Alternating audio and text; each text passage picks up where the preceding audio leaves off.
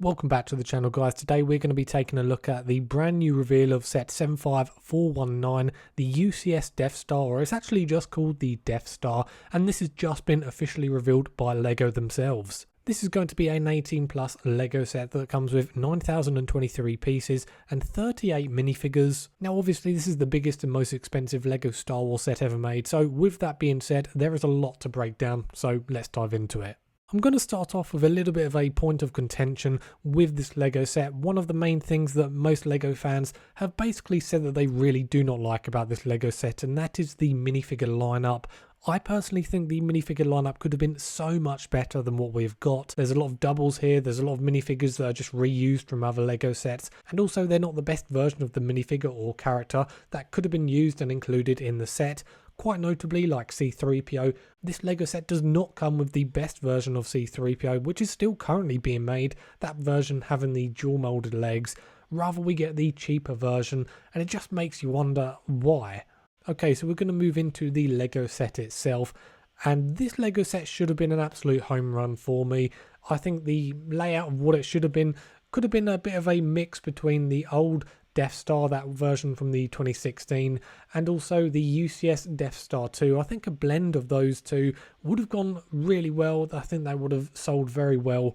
I do think it looks fairly good from a display point of view. The kind of diorama-esque scenes that are going on within the LEGO set do look quite good. There's lots of detail. A lot of the LEGO set has been tiled off, so it looks very premium. Doesn't look ugly at all. But where it has real problems for me is side on and also around the back. It just looks so awkward. I mean, let's be honest, the Death Star is most famous for basically being a massive ball, a massive sphere. And for that not to be represented in this LEGO set is just a huge L for me. There are certainly some redeeming factors and redeeming qualities to this LEGO set. There are lots of hidden Easter eggs within the LEGO set, one of which is a mini kit, which I think is a really cool touch. Anyone who's played all the LEGO Star Wars games knows all about mini kits, so for the LEGO designers to include that in this LEGO set, I think that's a really neat touch. I also quite like the Imperial hangar bay with the Imperial shuttle.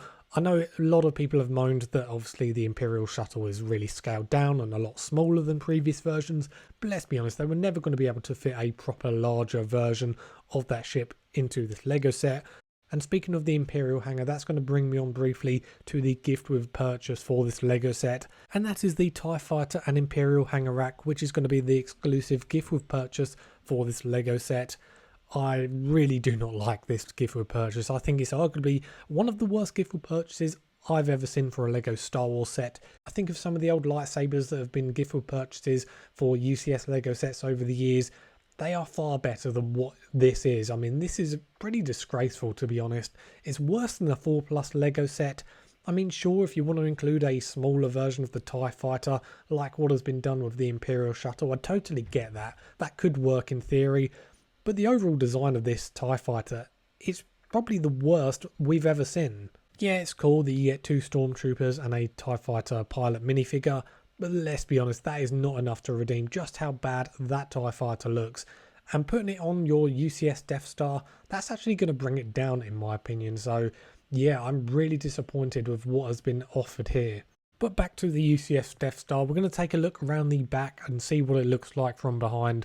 And overall, I'm not really too impressed. I know it's obviously not meant to be displayed this way. You'd never have it displayed outwardly from the back. But nevertheless, I'm sure the LEGO designers could have done a much better job making it feel like the outside of the Death Star. So yeah, I don't know what you guys think to this LEGO set. I know it's going to be retailing for $1,000 for you guys over in the US and £900 for us here in the UK. I simply don't think it's that good value for money, and there are far better LEGO sets currently available, such as Rivendell, Barad-dûr, hell, even the Jabba's sail barge. I think that actually looks pretty good, especially when you compare it to this LEGO set. But that's just my opinion. I would much rather be picking up those LEGO sets compared to this. But let me know down in the comments, guys, are you happy with the overall design of the UCS Death Star, the most expensive LEGO set ever made? Let me know down in the comments. As always, thank you so much for watching this video. Have a great day, and I'll see you on the next one.